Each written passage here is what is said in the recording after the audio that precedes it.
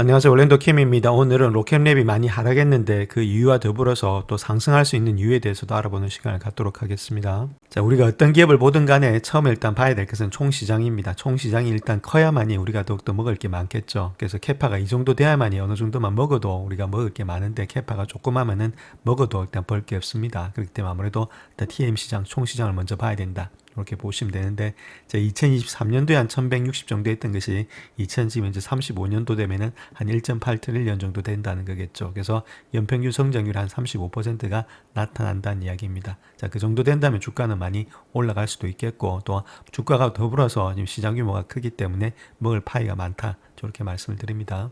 자, 그렇다면 정부 정책이 도와주고 있는지 거기에 대해서도 알아봐야 되겠죠. 그래서 트럼프가 상업용 우주 비행에 대해서 규제를 완화하는 행정명령에 서명을 했다. 그렇게 말하고 있고, 그래서 교통부 장관에게 발사라든지 재진입 허가에 대한 환경 검토를 폐지하거나 신속하게 처리하도록 지시를 했다. 이렇게 말하고 있죠. 그래서 지나치게 제한적인 규정을 폐지하도록 지시를 했고, 이런 것들을 통해서 새로운 우주 활동이 승인하기 위한 간소한 절차를 갖다 의무화하기 시작했다. 이렇게 말하고 있습니다. 그래서 이러한 명령은 2030년도까지 경쟁적인 발사 시장을 활성화하겠다. 그래서 상업용 우주 발사의 주기라든지 새로운 우주 활동을 크게 늘리는 것을 목표로 하고 있다. 이렇게 말하고 있죠. 이런 것들을 통해서 스페이스X라든지 이런 것들이 지금 이제 국가하고 많은 교류가 일어나고 있다는 겁니다. 또한 중국과의 경쟁에서도 미국의 우주 지배력을 유지하려는 그런 의지가 분명하게 있기 때문에 이런 것들을 통해서라도 아무래도 로켓랩이라든지 이런 것들이 우주 시장이 커나가지 않겠는가, 그렇게 우리가 보실 수가 있습니다. 자, 그렇다면 오늘 주가가 좀 많이 하락했는데, 하락했던 이유를 한번 보겠습니다. 로켓랩이 그거 자체는 스페이스X에서 팔콘 9 있죠. 이런 것들이 발사가 잘 시도가 됐기 때문에 아무래도 경쟁업체가 조금은 하락이 됐다. 그뿐만 아니라 ASD 스페이스 모바일 역시도 한 7.26%, 요거는 한 11% 정도 하락이 됐다. 이렇게 보시면 되겠죠. 그래서 보통 스페이스X가 호재가 될 때에는 나머지 우주 산업은 반대로 주가가 좀 하락되는 편에 있습니다. 그 다음에 또 스페이스X 있죠. 스페이스X인데 요게 팔콘 9, 그 다음에 경쟁 관계에 있는 것이 로켓랩의 뉴트론 정도 되고 있는데, 이런 것들이 아무래도 경쟁 관계에 있다 보니까 이런 식으로 하락을 했다. 저 그렇게 말씀을 드립니다. 자, 그래서 스페이스X와 더불어서 지금 이제 로켓랩이 있죠. 한번 비교해 볼 것 같으면 팔콘 9이 있고 대표적인 발사체입니다. 그 다음에 일단 로켓랩엔 일렉트론이 있죠. 요거는 소형체고, 뉴트론 요게 일단 중형체인데, 요거하고 조금 일단 우리가 경쟁 관계에 있다. 이렇게 보시면 되겠고, 그래서 뭐 지금 이제 탑재량 같은 경우는 뭐 잽이 안 되죠. 이게 일단 중형체가 하더라도 얘보단 탑재량이 좀 적습니다. 자, 그런 것들. 근데 요거는 일단 정확하게 좀 물건을 갖다 배달할 수 있다는 것들, 그런 장점이 있겠죠. 그 다음에 뉴트론 같은 경우는 일단 2025년도에 첫 발사에 이제 근접이 되겠고, 자, 이런 것들은 상업, 국방, 주력, 독점적인 리더가 되고 있다는 거죠. 반면에 여기서 일단은 아무래도 로켓랩이 가장 잘하고 있는 것은 소형 발사체 있죠. 그 일렉트론 이런 것들은 70회가 성공이 되고 있다. 그래서 소형은 잘하고 있는데 아직까지 중형이 못 따라가니까 이걸 따라가기 위해서, 따라잡기 위해서 애를 쓰고 있는데, 아무래도 스페이스X의 펠콘 9이 빨리 가다 보니까 오늘 장에서 약간의 지금 이제 불협화음이 있었다. 이렇게 말씀을 드립니다. 자, 스페이스X 같은 경우에 있어서는 물론 지금 이제 펠콘 9 같은 경우는 절대적인 강자 지위를 굳히고는 있는데, 자, 약간의 일단 여러 가지 어려움도 있죠. 실무상 본다면 과도 스펙이 있는데 탑재량 자체는 실제 한 19% 정도밖에 되지 않는다는 것들, 대기 기간이 장기화되고 있고 라이더쉐어의 한계가 좀 있다는 것들. 반면에 로켓랩 같은 경우에 있어서는 맞춤형 궤도라든지 빠른 재고의 예약 가능성 이런 것들이 있다는 거죠. 그래서 전용과 소형, 중형 이런 것들이 되고 있는데, 일렉트론과 뉴트론 이런 것들이 있겠죠. 그래서 차별화로 틈새를 공략하고 있다는 겁니다. 그래서 이런 것들도 재사용이 되고 있고, 효율적인 페어링이라든지 1단 플러스 페어링의 통합 구조로서 가격이라든지 페이로드, 그 다음 신뢰성에서도 펠콘 9의 조금의 직접적인 대안이 되고 있다. 뭐 나머지 뭐 블루오리진이라든지 이런 회사들은 아무래도 아직까지는 잽이 안 되는 가운데 있습니다. 그래서 어느 정도는 좀 경쟁 관계에 있는 것이 아무래도 스페이스X와 로켓랩이 되지 않겠나, 그렇게 보여지고 있습니다. 자, 로켓랩의 경쟁에 우위가 있다. 이렇게 보시면 되는데, 높은 출발의 신뢰도가 있다는 겁니다. 일렉트론 같은 경우는 70배 정도 되고 있고 성공이 되었죠. 그래서 발사의 최단 기간이 한 2일 정도밖에 되지 않는다는 것들. 또한 기술 혁신과 수주에게 계열화가 되고 있는데, 이것도 일단 CEO가 피터백이죠. 로켓에 미친 사람이죠. 그래서 처음부터 끝까지 다 만들 수 있다는 겁니다. 이런 것들 일론 머스크하고 그 비슷한 사람이다. 이렇게 보시면 되겠고, 그 다음에 또한 차별적인 고객의 신뢰도가 있다는 겁니다. 나사라든지 미 우주군, 그 다음 ESA라든지 이렇게 여러 가지 반복의 수주들, 그 다음 정부기관의 대형 프로젝트들, SDA 이런 것들이 있죠. 그 다음에 국방이라든지 민간, 유럽, 이런 아시아의 글로벌 다변화가 되고 있다는 것들. 그래서 지금 이제 단계적으로 봤을 때 다른 경쟁사들이 로켓랩의 두 번째 주자로서 지위를 갖다가 따라오지 못하고 있다. 그런 것들이 실적으로 증명이 되고 있다.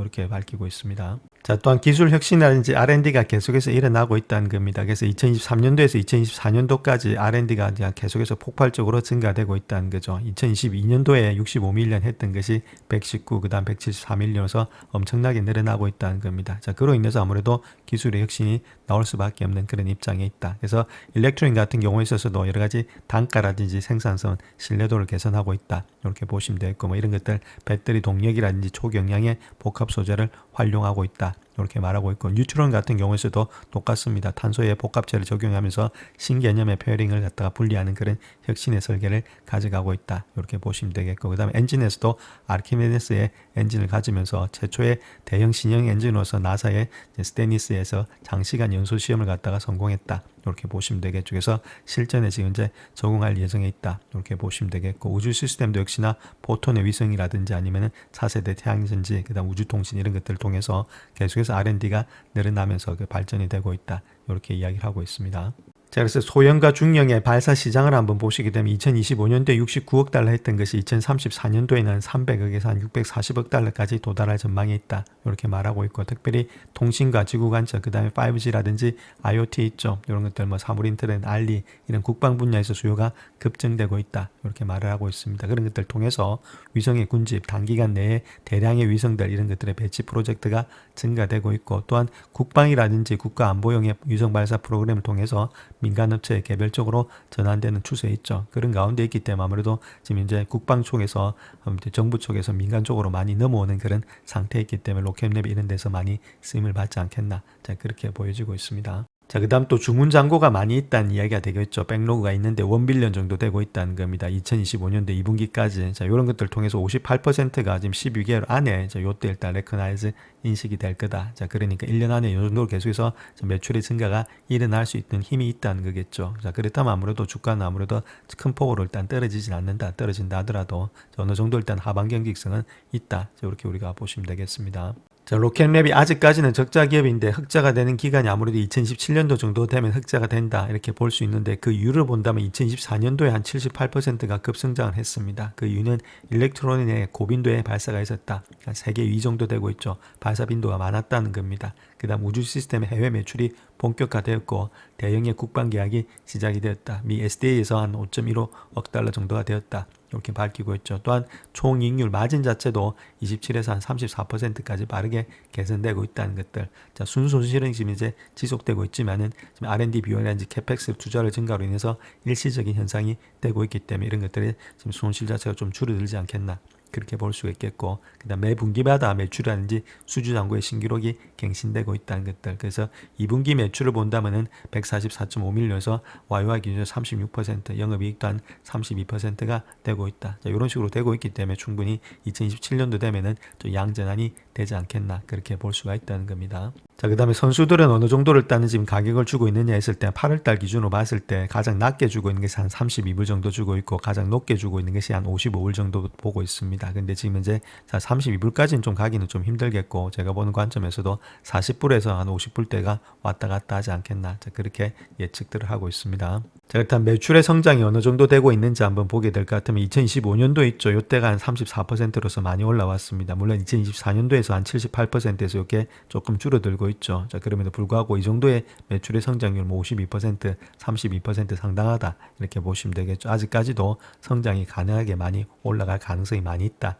이렇게 우리가 보실 수 있겠습니다. 자, 그래서 EPS의 성장을 한번 보게 되면 EPS가 양전환되는 시점이 2016년도에서 2017년도 넘어올 때, 요때 되고 있으니까 아마 내년부터 시작해서는 주가가 또 많이 뛸 가능성이 많이 있습니다. 자, 그런 가운데 있고, 또한 2028년도 된다 하더라도 지금 성장이 많이 일어나고 있죠. 즉 자세히 한번 보시게 되면 여기서 지금 0.16 정도 됐던 것이 0.39 정도 되고 있습니다. 2배 이상이 뛸 가능성이 많이 있다. 자, 그렇다면 조금 더 우리가 장기적으로 보면서 들고 갈 만한 종목이 되지 않겠나. 자, 그렇게 볼 수가 있다는 겁니다.